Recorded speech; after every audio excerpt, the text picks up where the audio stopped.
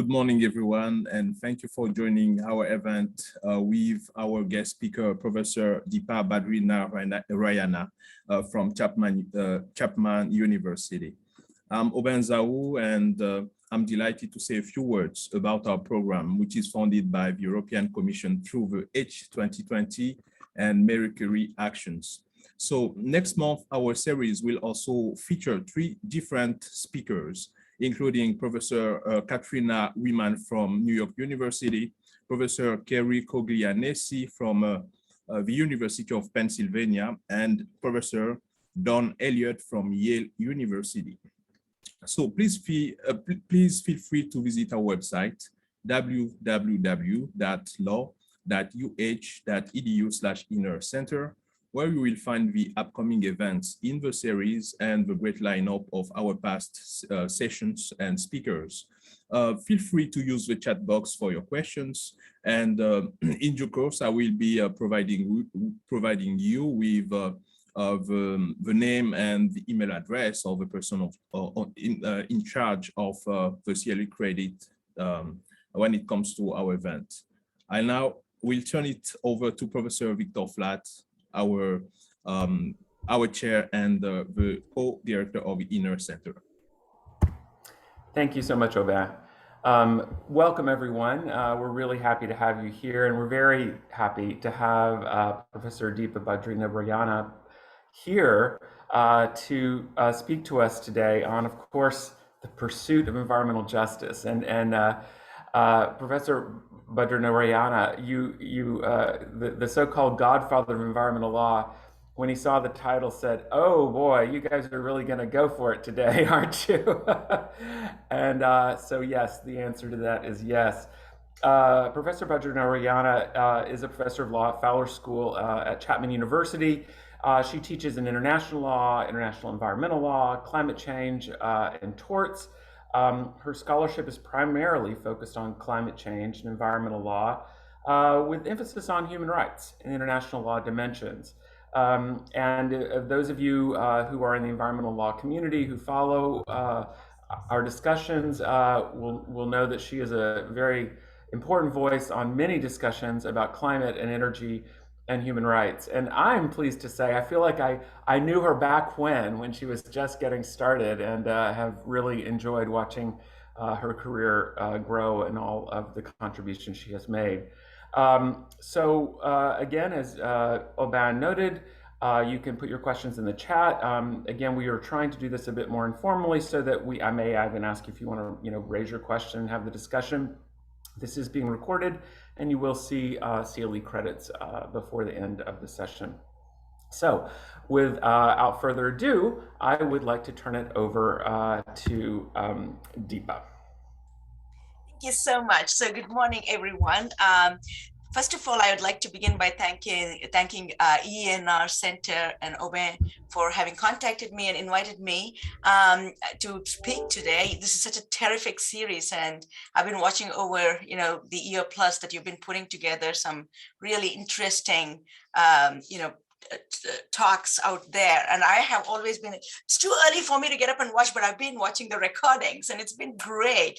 And I'd also like to thank Professor Flatt today. And he's right, he was very much involved very early in my career. And I attribute my continuing to be in academics directly to him. I believe he was on my tenure committee. I'm not sure, I still don't know, I've never been told this.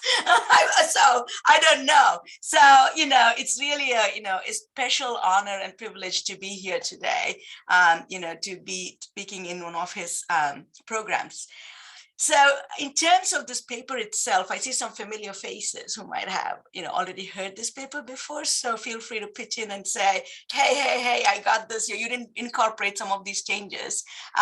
But let me also say something else, that this project began probably 4 years back. So there was this moment when I was thinking about environmental justice for the longest time, had taught the courses, and somehow something was just not clicking. And then suddenly I read this article on entrenchment, And I said to myself, what's this concept of entrenchment? And it occurred to me that, the 14th Amendment is an entrenched provision, which means that you just cannot change it, right? And then it occurred to me, but what about the judiciary saying you need intent, right, to pursue a claim under the Equal Protection Clause? Isn't that essentially changing it? So without realizing what a deep, water I'm going to wade into, I said, let's go right there. And so the result has been 4.5 years in which I've been soliciting different opinions. And I still remember, Professor Flatt, I threw this on the environmental law listserv and said, environmental justice, I don't recall the exact question, but something to the effect that isn't it all about discriminatory environmental laws? And I still recall his response where he said, no, that's the reason why the Clean Air Act, is based on health for everyone, right? That the purpose of environmental law is to provide good environmental conditions for everyone. And that kind of put another kind of obstacle in my thinking. I said, true. So where does the discriminatory part come? Now, I'm getting ahead with the story, but I'm mentioning that just to kind of say, why it took me so long, and just kind of to give you this perspective that I've come here after 4 years of studying constitutional law, which is not my field, driven by so many questions and pushbacks that I received. And I'm not quite sure I get it all, very well right now either. So please feel free to raise questions and comments and give me suggestions. Now that's kind of like the big background, but let me start now with the real presentation. And I'd like to begin by saying first that my own background in environmental law is in India, right? It began in India. So very quickly, when I grew up in India, years back, we did not have, as a child, for instance, did not have the kind of environmental problems that are quite evident now in India, and that are quite evident right now here too, right? So it seemed to be something that was more like the lake is polluted from sewage, or there was no access to drinking water. So it seemed more like developmental related problems as opposed to pollution related problems. And there was some degradation that was occurring for sure.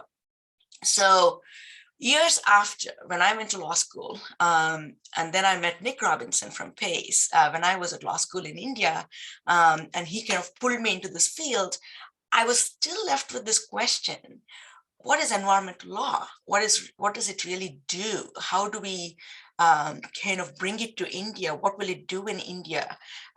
Especially since there's so much pushback in India for environmental protection, because people still need to get food on their table. So what we need to do is really develop. So for me, the question was, what does environmental law do? How do you frame environmental laws in a country where there is a lot of poverty and great income gaps? So when I came to the United States, I came quite pretty much set with this idea that environmental law becomes relevant only after you develop. And then it struck me, it's not after, it's because, right? It's because of the kind of industrial and development policies that have been pursued that environmental law has become relevant, right? That you actually sacrifice a lot, and then it becomes inevitable that some kind of regulatory action has to be taken.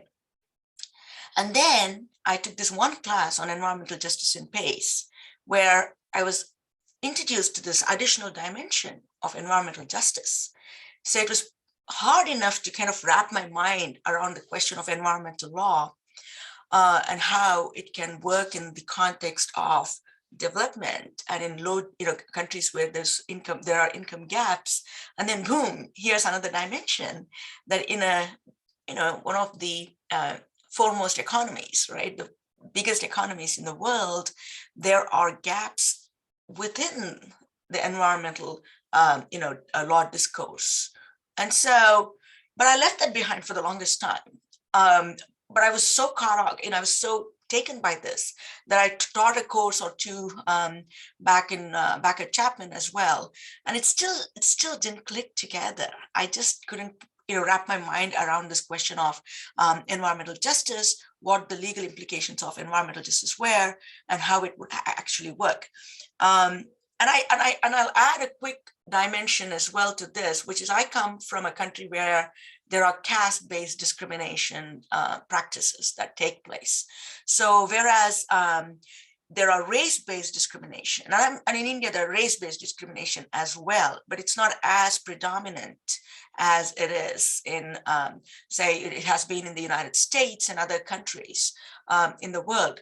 But discrimination is not something that was in itself new to me. And I'd like to admit that having been somebody from the higher caste, I also understood as we studied law in India, how these things get internalized in a very subtle manner that you don't even realize, that there are ways of being that are just not constitutionally correct or even correct per se over a period of time. But at the same time, I think it also gave me a rich perspective that sometimes these process of internalization mean that sometimes it's a subconscious or unconscious ways of being that could have large impacts without even one realizing or wanting to consciously discriminate or impact others in that way. But at the same time, I'll say that my own experience of how discrimination works in the United States is quite limited to the number of years I've spent here.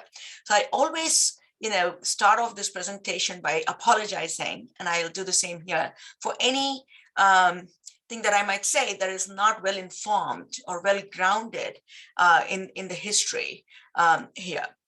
So with that, let me begin for the third time and get into the actual question. So the paper itself, I kind of start by asking everyone to think about, America's founding moment, right? So if you think about July 4th, 1776, I'm thinking must have been a very beautiful day, right? Must have been a very beautiful spring day or summer day. It was likely sunny. There must have been clear skies. And here was a country that wanted to have a new principled beginning, right? So it was founded on a new principle. The founders had battled long and hard against a sovereign regime that they found unjust and illegitimate, right? Forcing its American colony to bear a disproportionate share of economic burden with no recourse to parliamentary representation or judicial remedy, reflecting the core character of the British system of government, right? And so the idea was, we are going to form a nation that is in principle different from our colony, from our colonial government. So the founders took considerable time, right, and spent considerable amount of effort and drafted the Declaration of Independence. And the Declaration of Independence articulated the political philosophy of the United States, who we are as a country, who we want to be as a country. Like I said, I had a little computer glitch, so I don't have the PowerPoint, so I'll read slowly for us today, the Declaration of Independence. And what does it say? Partially, all men are created equal, that they are endowed by their creator with certain unalienable rights, that among these are life, liberty, and the pursuit of happiness. That to secure these rights, governments are instituted among men, deriving their just powers from the consent of the governed, right? This is the part about, all men are being created equal that always gets to me personally, right? But this is our Declaration of Independence: life, liberty, and the pursuit of happiness. Now, the Declaration was deeply deliberated. It drew ideas from a large pool of Western philosophical thought and distilled them into a representative form of government, charged with a duty to secure at least 3 explicit, unalienable or inalienable rights: life, liberty, and the pursuit of happiness. However, it took about another decade or so for the founders to implement the principles set out in the form of the United States Constitution, which was ratified on June 21st, 1788. So the Constitution divided the governmental authority among three branches, as we very well know, the Congress, the executive, and the judiciary. And what we have at this time between the Declaration of Independence and later the Constitution is a polity in which there were about 2.2 million people, whites and Native Americans, and about 576,000 Black people. And we know at that point, the Blacks in the country were considered much like women and children, chattels, and the Blacks were slaves, right? And the Declaration, although it said all men were equal, did not include these constituencies, the Blacks, the children, and women. But what we need to keep in mind, given the time and the period, is that the principle had an enduring effect. So over a period of time, what we have seen from the moment of the Declaration of Independence through the Constitution is the eventual abolition of slavery, including by some of the founders, George Washington, Benjamin Franklin, all of whom could not quite reconcile the principle with the reality, right? So the country that we became was one that tried to pursue the very principle on which we were founded, leading up to the 14th Amendment and to the adoption of the Equal Protection Clause. So the question is, how far has this egalitarianism gone? And this is a very crucial moment in which we're asking this question. And a few years back, our answer would have been, well, we've gone pretty far. The judiciary has actually looked into this clause and given voice to rights to make it very meaningful to the realities of society that we have. But we also know that the task of the judiciary is onerous, because we have a very broad principle which has to be bridged, right? The judiciary has the task of bridging the principle with practice and with a few tools to guide its decisions. So the question is, what has actually become of the 14th Amendment, specifically the Equal Protection Clause, and what has its impact been on environmental justice and the application of environmental laws to different constituencies? And here I'll begin the story by talking about the Equal Protection Clause itself. So the interpretation of the Equal Protection Clause, and again, I'm not a constitutional law expert, so I'm sure there are others who might be much more of experts in this field, but I want to give an introduction that is relevant to the discussion on environmental justice. So from that perspective, we can broadly or generally divide the Equal Protection Clause jurisprudence into two periods: pre-Washington v. Davis and post-Washington v. Davis.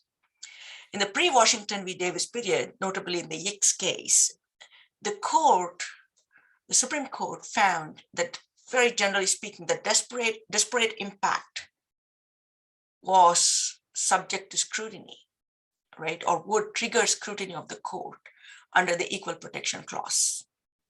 Disparate impact would be an adequate consequence of state action that could trigger judicial review under the Equal Protection Clause.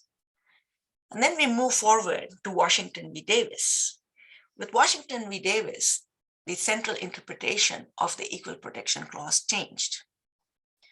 It was a case that was not brought under the 14th Amendment. It was a Fifth Amendment case, right? And the court nevertheless noted as follows. So Justice White, who wrote the majority opinion, specifically noted that the central purpose of the Equal Protection Clause was to prevent official conduct discriminating on the basis of race, and that racially disproportionate impact alone would not make a conduct unconstitutional. Right? So racially disproportionate impact alone would not make a conduct unconstitutional. The court was very careful in distinguishing the facts and its application and its interpretation in Davis from earlier cases, including a case under Title VII, which the court said was very different from its interpretation of the constitutional protection. Right? So it was careful in making that distinction. Now, following the decision in Washington v. Davis, in a couple of years, there was another case decided by the Supreme Court, Personnel Administrators of Massachusetts versus Feeney. Now, in this particular case, the court tightened its interpretation of the Equal Protection Clause, holding that not only was disparate impact alone adequate to trigger judicial review, but further holding that discriminatory intent meant that an action was taken because of, and not merely in spite of its discriminatory effect. So a plaintiff or a petitioner moving the court had to show that the state action was motivated by a racial animus, that because of the discriminatory effect, the state action was taken and not in spite of. So a really specific kind of intent, right? A very specific kind of intent was introduced to the test.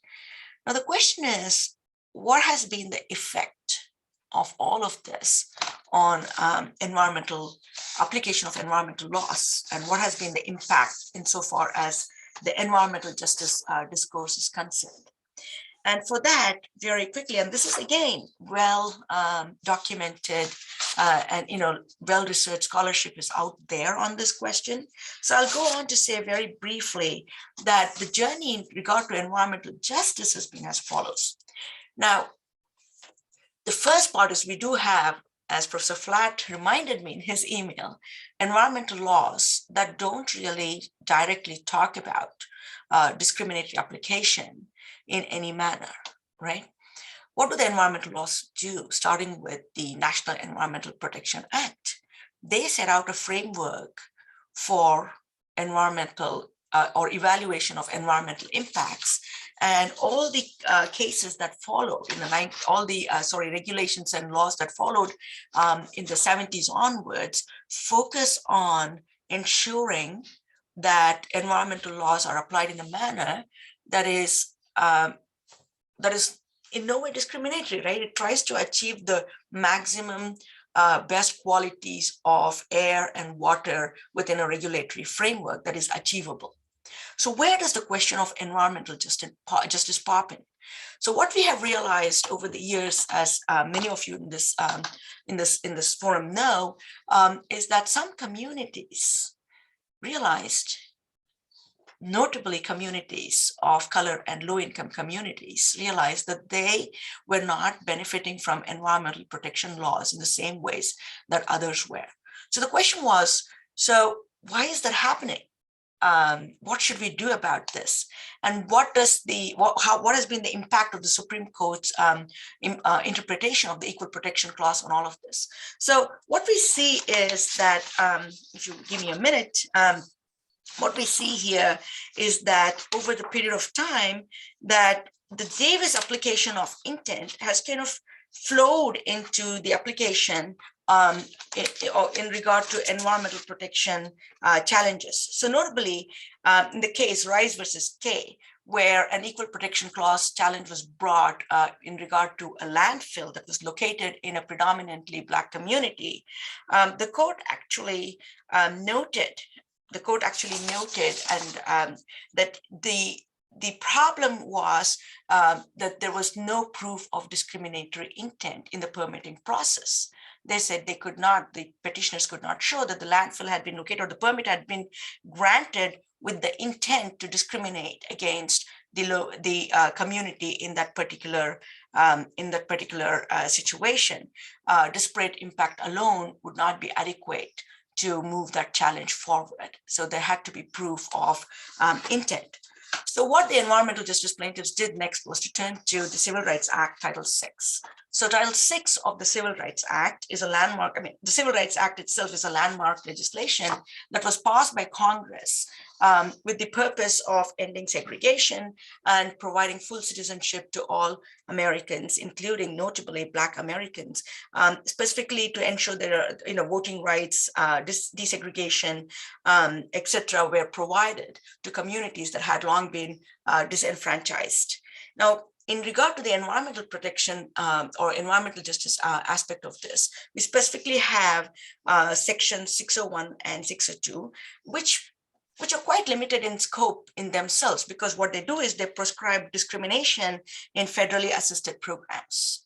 So according to Section 601, no person in the United States shall, on the ground of race, color, or national origin, be excluded from participation in, be denied the benefits of, or be subjected to discrimination under any program or activity receiving federal financial assistance. So this was interpreted over a period of time to allow lawsuits where based on discriminatory impact. So the environmental justice plaintiffs also pursued this particular provision and to get remedies against discriminatory impact in the environmental context, environmental permitting context. So that was put stop, or that came to an end when you look at Bean versus Southwestern Waste Management Corporation, a case in which they found that a lot of the activities or permitting that was given to solid waste disposal was located in a community with high minority population. So the question was whether that would actually trigger action through Title VI, Section 601. What the court did was to kind of use the interpretation in the equal protection with regard to equal protection clause and hold that it wouldn't. It wouldn't because there was no proof of discriminatory intent. And disparate impact alone was not adequate to trigger this particular, to trigger or to warrant an injunction in this particular case, even though it was clear that minority population were disproportionately impacted. So the next question was, and the next question was there any other legal remedy left for environmental justice plaintiffs to pursue? So environmental justice plaintiffs then moved to Section 602. But however, notably in South Camden Citizens in Action versus New Jersey Department of Environmental Protection, the court found that Section 602 could not be used as a proxy for Section 601. So what was Section 602 about? Section 602 actually allowed federal agencies to pass regulations implementing Section 601. So the EPA actually passed regulations that would prevent environmental or that would allow any kind of review based on disparate impact. But the court said, well, we cannot allow you to pursue a remedy under Section 602, which is essentially giving effect to Section 601 when we won't allow a remedy under Section 601. So in other words, the remedy that you personally pursue under Section 602 cannot be greater and different than the remedy that is allowed under Section 601.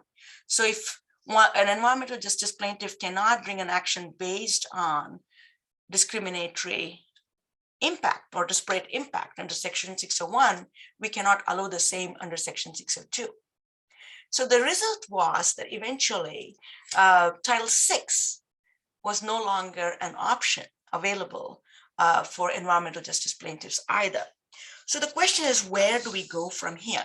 Now, what has happened is, of course, that the executive has stepped in, right? So the EPA has stepped in, and it has, and as well as, there have been executive orders that have been passed under, starting with President Clinton, and the executive order that's in place consistently reads as follows. I'm reading the 1998 standard definition of environmental justice, which says that the fair treatment of people of all races, cultures, incomes, and educational levels with respect to the development and enforcement of environmental laws, regulations, and policies.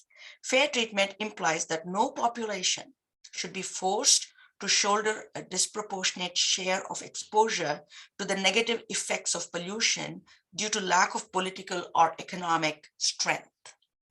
Right? So it's very clear from this particular definition that equal protection, non-discrimination really comes down to making sure that there's a fair burden sharing of the pollution and the cost of development. Right? So it's a standard that would clearly require consideration of disparate impact and not just any intentional discrimination alone. But the problem is, of course, that even though this is a very welcome, important step, right? Even though this is a very important, welcome step, one that should neither be abandoned nor ignored, because the executive is the one at the end of the day through the permitting process and review of different permits that has the ability to, effectuate and ensure that there's no discriminatory distribution of burden, right? It is very critical for the executive branch to be involved.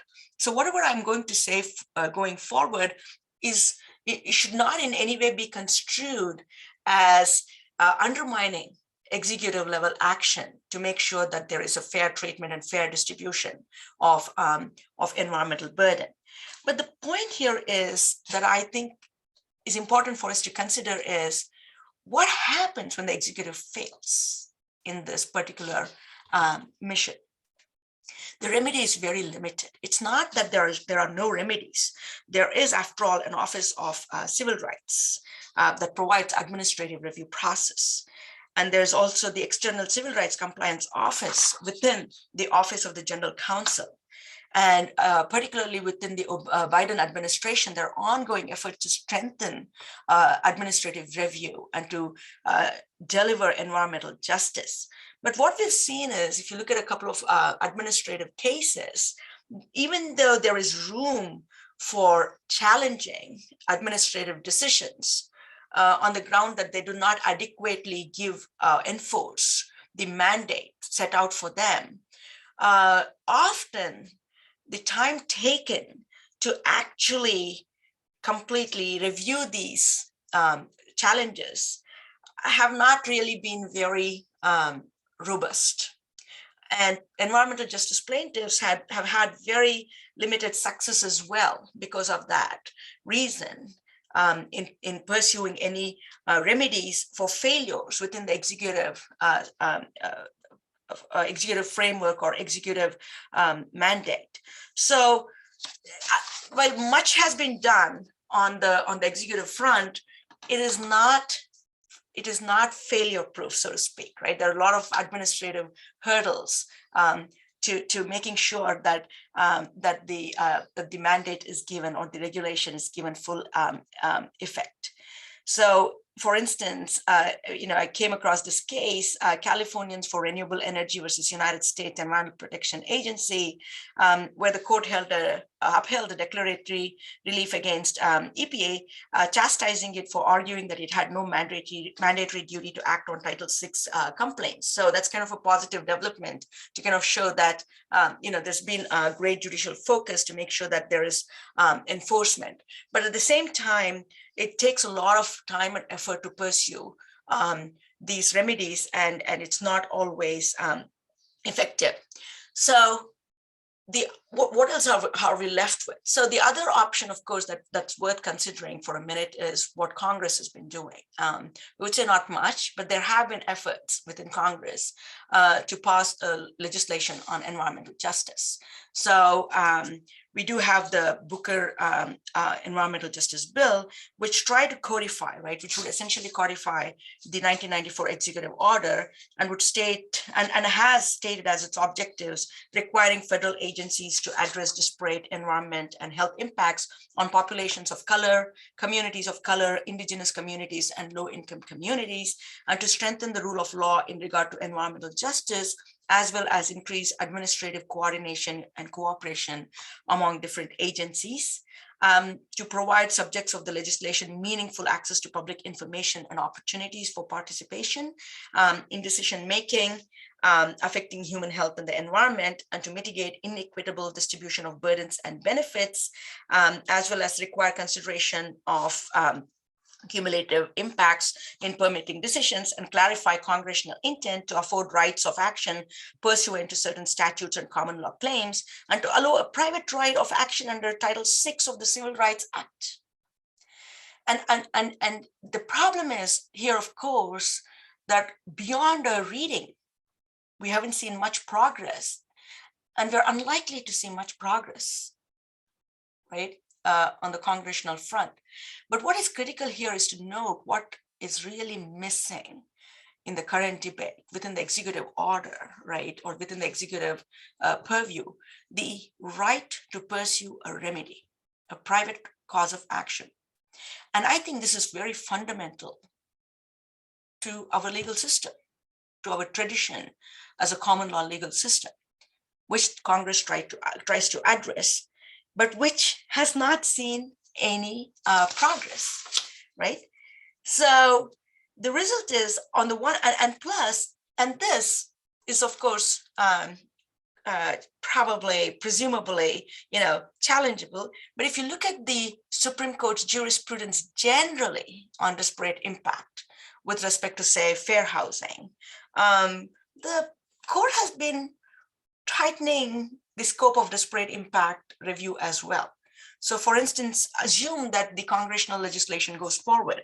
But if you look at Texas Department of Housing case, the Supreme Court held that to be constitutionally permissible, disparate impact law could only remove artificial, arbitrary, and unnecessary barriers and not displace valid governmental policies or interfere with the ability of those regulated to sustain a vibrant and dynamic free enterprise system.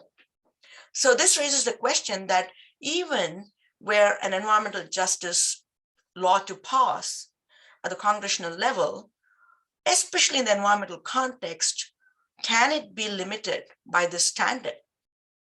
Because particularly with respect to environmental permitting, we do get into the question of strong governmental policies that has to balance economic interests on the one hand versus other interests. So I am skeptical that even with the congressional legislation, in light of the Supreme Court's interpretation of disparate impact, we'll see a great deal of review and meaningful progress. Again, this is not to diss any effort. I think we need efforts on all fronts. So where does that really leave us? Where have we come to at this point? So at this point, having given this background, I'll switch to some of the other possibilities. In terms of reformulating environmental justice and what has happened to the environmental movement, given this kind of wall that we have hit, right? So with the environmental justice movement, now the wall we have hit is whatever can be achieved achieved through the administrative process. And it seems to be impossible to pursue judicial remedies, even though that is something that is so fundamental to our legal system. So especially in light of climate change, what we see is an emergence of a lot of rights-based jurisprudence and efforts to expand the scope of rights. And so where all has this happened? So I'll start with one of the latest amendments with New York State. One place where it's occurring is at the state level. Is this a good development? It's an excellent development because I think we as I started as a society, right, as a country, believe in the Constitution, right? We have a Constitution and we believe that it is going to provide us the normative framework and foundation on which we are going to move forward with our decisions. And the Bill of Rights generally is a critical component of this process. So to actually codify and formally adopt within the Constitution a right to clean and safe environment is a very meaningful normative exercise. And I think we have states that have actually already done this and have had some success in implementing this particular right within the state constitutional scheme. Now, what's the challenge to this? The challenge to this are twofold. The first, of course, is will all states do it, right? Which are the states that will do it? Which are the states that won't do it? And was not the very purpose of having a federal constitution and a federal bill of rights to ensure that state action will not alone determine which Americans get rights, which Americans don't get certain rights, right? That all Americans should be entitled to a pool of rights. And among them would be, equal protection. And presumably, as we see environmental, and I'll come to this again, environmental issues becoming one with so many of the other rights, right? Your right to life, as has been interpreted in other countries, depends on a healthy environment. This notion, of course, is not just a foreign notion. It began here in the United States. The right to life as including more than just being alive is very much an American jurisprudence. So to leave this to states alone, I think, is not quite in the spirit of where we began. And two, even within that scheme, what would it mean for states to adopt such an amendment? It would mean that at the end of the day, if there is a dispute, it would go back to the judiciary to determine the scope of this right. And what would the judiciary do? How would it decide? Do we have some kind of markers to help us think through that question? So I think that's still an open question, but it's an important development. What else has happened? The second thing that has happened is, especially in the context of climate change, we see that there's a robust reemergence of the group that feels disenfranchised in this process as well. So, for instance, the very notable Juliana case, right, shows two things. The first thing that it shows is that, wait, we are not just talking about, communities of color. We are not just talking about low-income communities, etc. We're also talking about youth. We're talking about people, young children, as a specific class that is also being discriminated against, that we don't feel we have equal protection of the laws that was promised. That's one development. The second development with respect to the Juliana case is that given the limits of pursuing a remedy within the 14th Amendment Equal Protection Clause, they move to the Due Process Clause. Right? There's a great shift to the due process clause. Others in academia have written extensively and persuasively about the importance of interpreting the due process clause to effectuate and recognize a right to environmental protection or clean and safe environment as part of the right to life, liberty, property, etc. Right? But again, the question is, as we've seen with the due process clause jurisprudence, where does that norm come from? What should we base our decisions within the due process clause on? And there have been different judicial opinions about this. With Justice Harlan in an earlier case noting that it's probably going to come from, what we value as a society, right? Because the due process clause, what is this? What is the, principle of judicial interpretation? What does the judiciary rely on? What should it rely on? So, the key is, even to interpret the due process clause, you really have to look at our normative value and say, from where will we draw that interpretation to include equal protection under environmental laws? So that's the second challenge that we have. So where does it leave us, right? It's been so many puzzles and so many kind of different pieces that are floating around in this presentation. So where it leaves us is with this big question of, what should it mean to have environmental justice? Where do we go from here?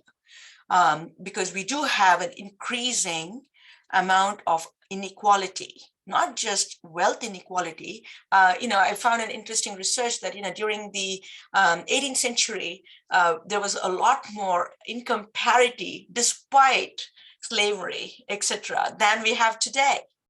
Right, we have huge income gaps today than we had in the late 18th century, which is quite startling.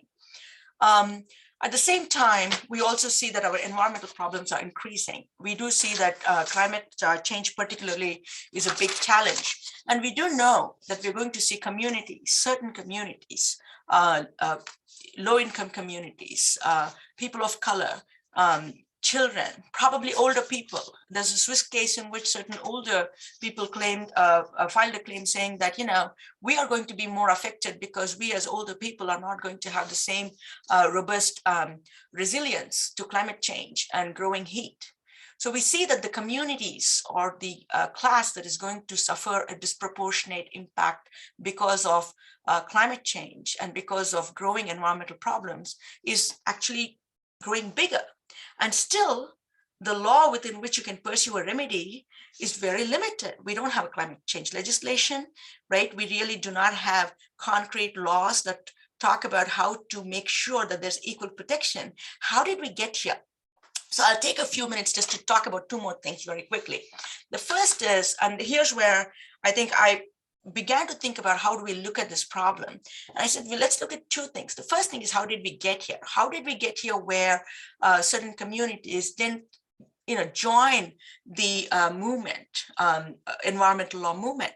So if you really go back to our history, what we see is one, that the environmental movement and the civil rights movement were really parallel movements.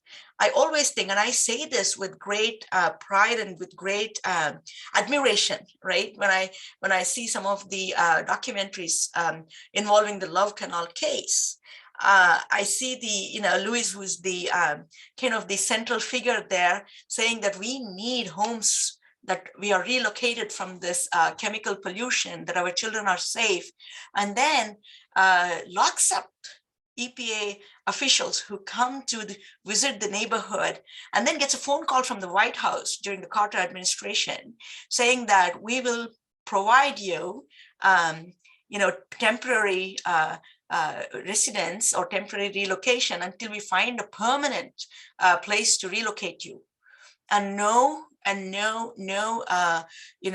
charges for locking in EPA officials. And I think about that moment, right, when you have this, and again, I say this with quite a bit of admiration. I wouldn't find the guts to just, lock somebody up and say, you give us what we want, and if not, we're not letting these officials out. But at the same time, you're talking about a very white suburban neighborhood in which this is happening.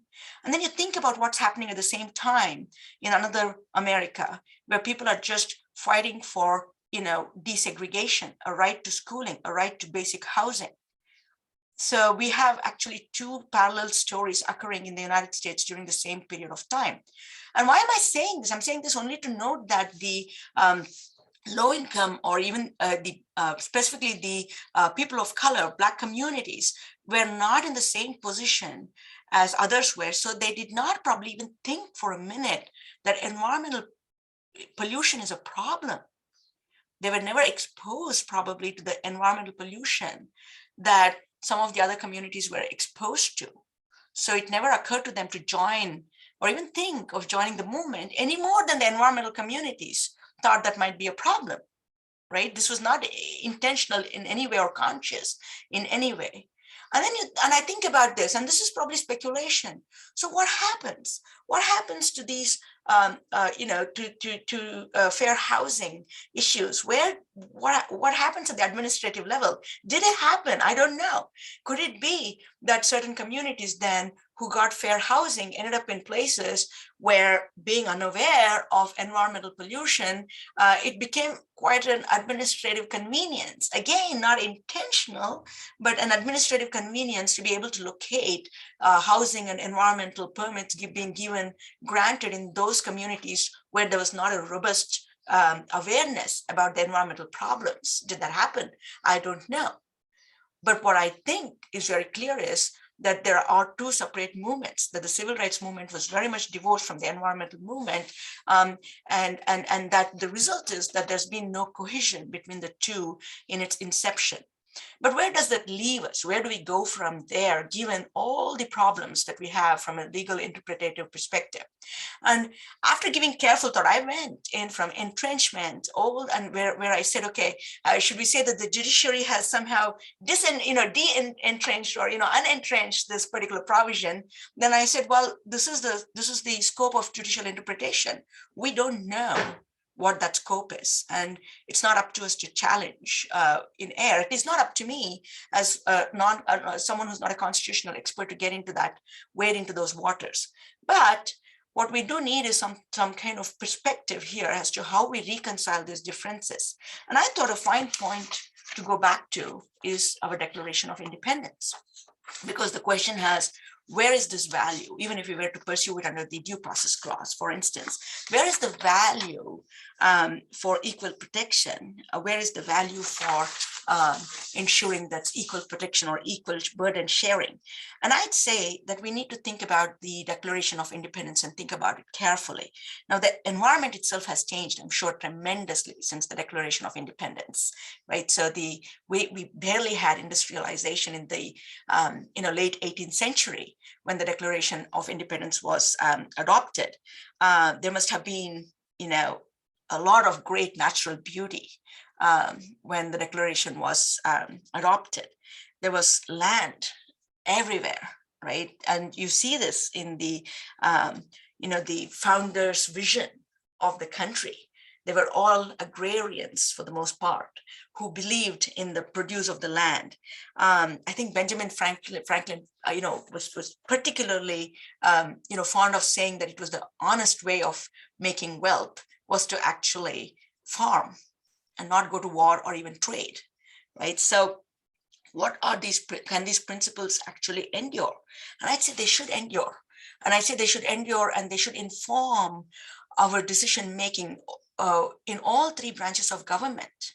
And that's because it's these principles that eventually led even the founders to think about the question of slavery, that led them to abolish eventually through parallel efforts to get this principle of equality meant to abolish the slavery that we had. So as I said, the Declaration, as someone put it, is the very soul of the American Constitution. It's not the Constitution, but as the Supreme Court recognized in Hicks, the Supreme Court actually recognized that this is the normative foundation of the Constitution, that this is where our norms must flow from. And often there's been much importance given to life and liberty, but I think the pursuit of happiness that is enunciated in the Declaration is of utmost importance because it introduces a moral and philosophical value that is rarely dwelt upon in legal literature, leave alone, or especially in the context of environmental justice. But it is this principle that anchors the other principles, right, which are often viewed as contradictory. So if you talk about life versus liberty in the environmental context, there's always a question, how do you actually reconcile these two? The right to life on the one hand and the liberty to pursue all matters of commerce on the other. But when you talk about happiness, what Jefferson introduced was he defined the affirmative role of the government, not just not just utilitarian maximization of happiness to the greatest number of people, but to secure it to all its citizens. So the pursuit of happiness was not a utilitarian principle. And it also prefaced the consent for government to regulate, creating a duty to secure to all Americans a right to pursue happiness. But what does it mean to pursue happiness if you don't have clean water, if you don't have safe environmental conditions? How can one pursue happiness? And if you look at the environmental movement itself, the environmental movement is located in this consciousness that nature and good environmental conditions are part of who we are. It is integral to our well-being. And so it seems almost like an anticlimax having gone through the various interpretational exercises. But I'll conclude by saying that moving forward, what we have to focus on, or I think what the judiciary should perhaps consider in its interpretation of what it means to have equal protection, is to consider whether the value of pursuing happiness warrants a particular interpretation, not just governmental policies one way or the other, not just the interest of economic development versus the environmental protection, but that the pursuit of environmental justice is itself a goal that is one with the pursuit of happiness. And I'll stop there because I'm still developing these thoughts and I welcome thoughts. But thank you for giving me this opportunity to talk, and I welcome comments and questions. Thank you very much. Thank you so much, Professor Badrina Rayana. So please feel free to post a question in the chat. And I just have to start off. There's so much there. I think you've really gone through every possible way to try to get environmental justice into our decision making and to impact. I would actually add NEPA as a way that at least some of the courts are looking at. But when you come to the term, how did we get here? I have to say, well, it's the Supreme Court. You know how, as you pointed out, right? They have changed the level of evidence even necessary to show intent in voting, you know, intentional voting discrimination, in housing, and and it's not that they would have to do that, right? They don't. That is not like, I don't think any constitutional law scholar would say that's compelled. They've done that, and so I feel like that's where we've gone wrong. So one of my answers is, well, wow, you know, we need to have different people on the Supreme Court, but that's a little bit different problem. And I think, though, you really identify something very interesting when you talk about the Declaration. I mean, you know, we've been hearing a lot about the leaked Supreme Court opinion on Roe v. Wade, and one of the things that is somewhat disturbing, considering modern jurisprudence, is the fact that the leaked majority opinion specifies that rights, like substantive due process rights, are to be understood as they existed at the time of the adoption of the Equal Protection Clause and substantive due process. And yet, what you point out, which is a great argument, maybe this is the next Giuliani, is that did exist. That did exist at the founding. And not only did it exist, it had been explicated, as you point out, by Thomas Jefferson in The Pursuit of Happiness, what that actually meant as an individual right to be clean and free. Now, you know, maybe the Justice Alito would say, well, but he wasn't talking about environmental happiness. I don't know. But again, it gets down to interpretation. So I don't know if you have any comments about that at all. Sorry, that's a lot. It's very provocative.